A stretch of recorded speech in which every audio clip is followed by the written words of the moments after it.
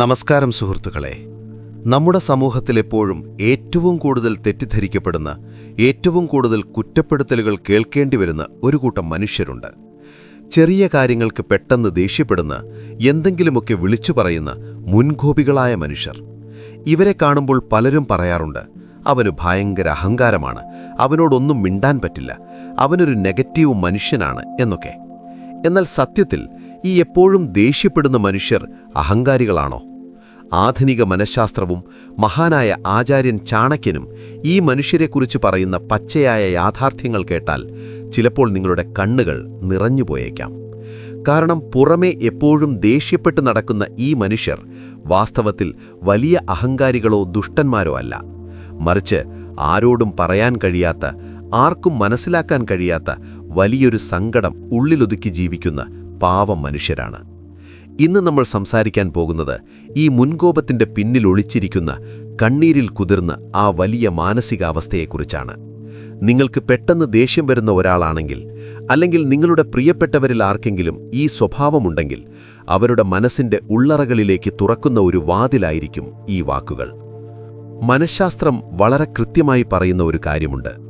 ദേഷ്യം എന്നത് ഒരിക്കലും ഒരു പ്രാഥമിക വികാരമല്ല. അതായത് ഒരാൾക്കും വെറുതെ അങ്ങ് ദേഷ്യം വരില്ല.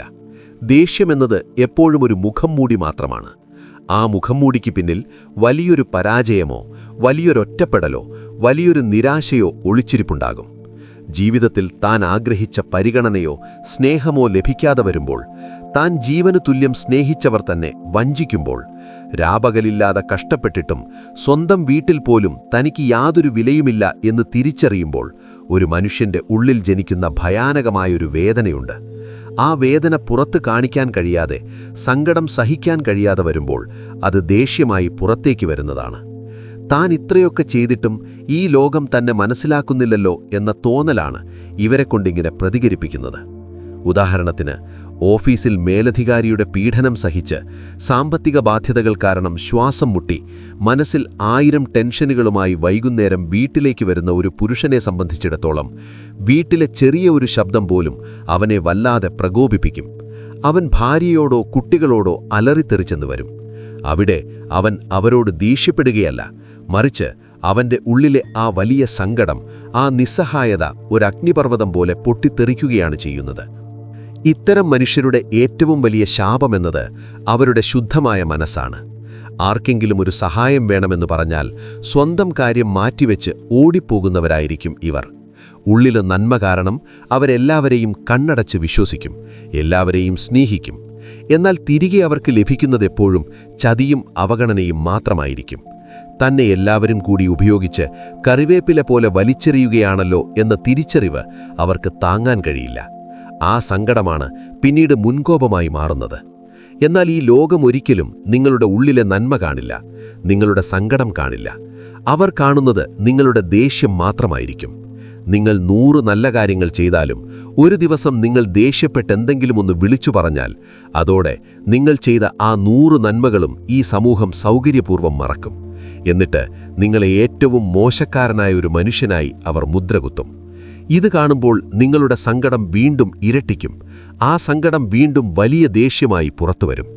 ഇതൊരു വലിയ വിഷമവൃത്തമാണ്. ഇതിൽ കിടന്ന് കത്തിയെരിയുകയാണ് ഈ പാവം മനുഷ്യർ ചെയ്യുന്നത്. ദേഷ്യം വന്ന് പലതും വിളിച്ചു പറയുമ്പോഴും ആ നിമിഷം കഴിഞ്ഞാൽ ഏറ്റവും കൂടുതൽ സങ്കടപ്പെടുന്നതും കരയുന്നതും ഇവർ തന്നെയായിരിക്കും.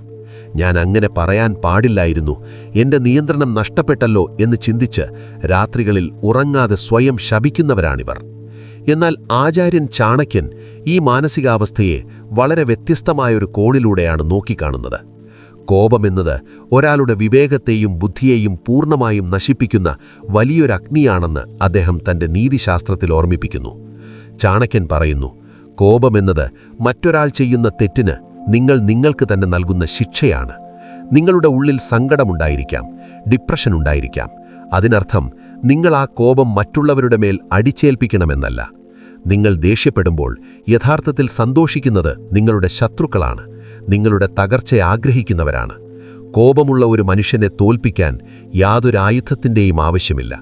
അവനെ തോൽപ്പിക്കാൻ അവനെ ഒന്ന് പ്രകോപിപ്പിച്ചാൽ മാത്രം മതി. നിങ്ങൾക്ക് പെട്ടെന്ന് ദേഷ്യം വരുമെങ്കിൽ മറ്റുള്ളവർക്ക് നിങ്ങളെ വളരെ എളുപ്പത്തിൽ നിയന്ത്രിക്കാൻ കഴിയും. നിങ്ങളുടെ റിമോട്ട് കൺട്രോൾ മറ്റുള്ളവരുടെ കയ്യിലായിരിക്കും. അവർക്ക് നിങ്ങളെ എപ്പോൾ വേണമെങ്കിലും കരയിപ്പിക്കാം, എപ്പോൾ വേണമെങ്കിലും ചിരിപ്പിക്കാം, എപ്പോൾ വേണമെങ്കിലും കുറ്റക്കാരനാക്കാം. നിങ്ങളെ തകർക്കാൻ ആഗ്രഹിക്കുന്ന ഒരാൾ നിങ്ങളുടെ മുന്നിൽ വന്ന് വളരെ ശാന്തമായി നിങ്ങളെ ഒന്ന് ചൊറിയും. നിങ്ങളുടെ ഉള്ളിലെ സങ്കടം കാരണം നിങ്ങൾ ഉടനെ പൊട്ടിത്തെറിക്കും, അലറിക്കരയും. അതോടെ ചുറ്റും നിൽക്കുന്നവരുടെ മുന്നിൽ നിങ്ങളൊരു ഭ്രാന്തനായി മാറും. നിങ്ങളെ പ്രകോപിപ്പിച്ച വ്യക്തി വളരെ നല്ലവനും ശാന്തനുമായി അഭിനയിക്കുകയും ചെയ്യും. ഇവിടെ നിങ്ങൾ നിങ്ങളുടെ ശത്രുവിന് സ്വയം തോറ്റുകൊടുക്കുകയാണ് ചെയ്യുന്നത്. ഒരു മനുഷ്യൻ തന്റെ ഇന്ദ്രിയങ്ങളെയും വികാരങ്ങളെയും നിയന്ത്രിച്ചില്ലെങ്കിൽ അവന് ഈ ലോകത്ത് ഒന്നും നേടാൻ കഴിയില്ല എന്ന് ചാണക്യൻ അർത്ഥശാസ്ത്രത്തിൽ പറയുന്നുണ്ട്. നിങ്ങൾക്ക് വലിയൊരു ബിസിനസ് സാമ്രാജ്യം കെട്ടിപ്പടുക്കണമെന്നുണ്ടെങ്കിൽ, അല്ലെങ്കിൽ നിങ്ങളുടെ ജീവിതത്തിൽ വലിയ വിജയങ്ങൾ നേടണമെന്നുണ്ടെങ്കിൽ, നിങ്ങൾ ആദ്യം ജയിക്കേണ്ടത് നിങ്ങളുടെ സ്വന്തം മനസ്സിനെയാണ്. ഒരു രഥമോടിക്കുന്ന കുതിരകളെ പോലെയാണ് നമ്മുടെ വികാരങ്ങൾ. ആ കുതിരകളുടെ കടിഞ്ഞാൻ രഥമോടിക്കുന്നവന്റെ കയ്യിലല്ലെങ്കിൽ ആ കുതിരകൾ രഥത്തെയും വലിച്ച് വലിയ കൊക്കയിലേക്ക് പോയി വീഴും. നിങ്ങളുടെ ദേഷ്യം നിങ്ങളുടെ നിയന്ത്രണത്തിലല്ലെങ്കിൽ അത് നിങ്ങളുടെ കുടുംബത്തെയും നിങ്ങളുടെ ജോലിയെയും നിങ്ങളുടെ സൗഹൃദങ്ങളെയും നിങ്ങളുടെ ആരോഗ്യത്തെയും പൂർണ്ണമായും ഇല്ലാതാക്കും. പുറത്തുള്ളവരോടുള്ള സങ്കടവും ദേഷ്യവും സ്വന്തം ഭാര്യയോടും മക്കളോടും തീർക്കുന്ന ഭർത്താക്കന്മാരുണ്ട്. അവർക്കറിയില്ല തങ്ങളുടെ ആ ദേഷ്യം സ്വന്തം കുട്ടികളുടെ മനസ്സിൽ എത്രമാത്രം വലിയ മുറിവുകളാണുണ്ടാക്കുന്നതെന്ന്. അച്ഛനെ പേടിച്ചു ജീവിക്കുന്ന ഒരു കുട്ടിക്കും ഭാവിയിൽ ആത്മവിശ്വാസമുള്ള ഒരു മനുഷ്യനായി മാറാൻ കഴിയില്ല. വാർദ്ധക്യം വരുമ്പോൾ, നിങ്ങളുടെ ആരോഗ്യം നശിക്കുമ്പോൾ, ഈ ദേഷ്യം കാരണം സ്വന്തം മക്കൾ പോലും നിങ്ങളെ തിരിഞ്ഞു നോക്കാത്ത ഒരവസ്ഥ വരും. അന്ന് നിങ്ങൾ തിരിഞ്ഞു നോക്കുമ്പോൾ നിങ്ങളുടെ കൂടെ നിൽക്കാൻ ആരും കാണില്ല. ആ ഒറ്റപ്പെടൽ മരണത്തേക്കാൾ ഭയാനകമായിരിക്കും. അതുകൊണ്ട് സുഹൃത്തെ, നിങ്ങളുടെ ഉള്ളിലെ സങ്കടം എന്തുതന്നെ ആയാലും അത് ദേഷ്യമായി പുറത്തു കാണിക്കുന്നത് ഇന്നു മുതൽ നിങ്ങൾ നിർത്തണം. നിങ്ങൾക്ക് കരയണമെന്ന് തോന്നുന്നുണ്ടോ? വാതിലടച്ചിരുന്ന് ആരും കാണാതെ പൊട്ടിക്കരയുക. നിങ്ങളുടെ ഉള്ളിലെ സങ്കടവും ഭാരവും മുഴുവൻ കണ്ണീരായി പുറത്തേക്ക് പോകട്ടെ. അതിൽ യാതൊരു നാണക്കേടുമില്ല. കരയുന്നതൊരിക്കലും ഒരു ദൗർബല്യമല്ല, അത് മനുഷ്യസഹജമായ ഒരു വികാരമാണ്. എന്നാൽ മറ്റുള്ളവരുടെ മുന്നിൽ വെച്ച് നിങ്ങൾ നിങ്ങളുടെ നിയന്ത്രണം വിട്ടുപെരുമാറരുത്. നിങ്ങളെ ആരെങ്കിലും പ്രകോപിപ്പിക്കാൻ ശ്രമിച്ചാൽ, നിങ്ങളെ ആരെങ്കിലും കുറ്റപ്പെടുത്തിയാൽ അവിടെ വെച്ച് മറുപടി പറയാനോ അലറാനോ നിൽക്കരുത്. ചാണക്യൻ പറയുന്ന ഏറ്റവും വലിയ ആയുധം പ്രയോഗിക്കുക: തികഞ്ഞ മൗനം. നിങ്ങളുടെ ആഴത്തിലുള്ള മൗനമാണ് അവർക്ക് നൽകാൻ കഴിയുന്ന ഏറ്റവും വലിയ തിരിച്ചടി. അവർ നിങ്ങളെ പ്രകോപിപ്പിക്കാൻ ശ്രമിക്കുമ്പോൾ നിങ്ങൾ യാതൊരു ഭാവമാറ്റവുമില്ലാതെ അവരെ നോക്കി ഒന്ന് പുഞ്ചിരിക്കുക മാത്രം ചെയ്യുക. നിങ്ങളുടെ ആ നിശബ്ദത അവരുടെ ഉള്ളിലെ താളം തെറ്റിക്കും. നിങ്ങളെ നിയന്ത്രിക്കാൻ കഴിയില്ല എന്ന് മനസ്സിലാകുമ്പോൾ അവർ സ്വയം പരാജയപ്പെടും. നിങ്ങളെ മനസ്സിലാക്കാത്തവരെ, നിങ്ങൾക്ക് വില തരാത്തവരെ അവരുടെ വഴിക്ക് വിടുക. അവരുടെ സ്നേഹത്തിനോ അംഗീകാരത്തിനോ വേണ്ടി യാചിക്കുന്നത് നിർത്തുക. ഈ ലോകത്ത് ആരും ആരുടെയും സ്വന്തമല്ല എന്ന വലിയ യാഥാർത്ഥ്യം നിങ്ങൾ തിരിച്ചറിയുക. മനുഷ്യർ അവരുടെ ആവശ്യങ്ങൾക്ക് വേണ്ടി മാത്രമാണ് മറ്റുള്ളവരുമായി ബന്ധം സ്ഥാപിക്കുന്നത്. ആ സത്യം ഉൾക്കൊണ്ടുകഴിഞ്ഞാൽ പിന്നെ നിങ്ങൾക്ക് ആരോടും യാതൊരു പരാതിയോ ദേഷ്യമോ ഉണ്ടാകില്ല.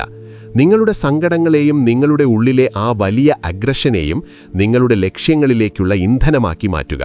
നിങ്ങളുടെ ഊർജം മുഴുവൻ നിങ്ങൾക്ക് വേണ്ടി മാത്രം ഉപയോഗിക്കുക. ഒരു സിംഹത്തെ പോലെ നിശബ്ദനായിരുന്ന് സ്വയം കെട്ടിപ്പടുക്കുക. നിങ്ങളുടെ ആരോഗ്യം വീണ്ടെടുക്കുക. സാമ്പത്തികമായി വലിയൊരു നേട്ടമുണ്ടാക്കാൻ രാപകൽ അധ്വാനിക്കുക. നിങ്ങൾ ജീവിതത്തിൽ വലിയൊരു വിജയമായി മാറുമ്പോൾ അന്ന് നിങ്ങളെ അഹങ്കാരി എന്ന് വിളിച്ചവരും നിങ്ങളെ ഒറ്റപ്പെടുത്തിയവരും നിങ്ങളുടെ മുന്നിൽ തലകുനിച്ച് നിൽക്കുന്ന ആ ഒരു മനോഹരമായ കാഴ്ച നിങ്ങൾക്ക് കാണാൻ കഴിയും. അന്ന് അവരുടെ വാക്കുകൾ നിങ്ങളെ ഒരു തരത്തിലും ബാധിക്കില്ല.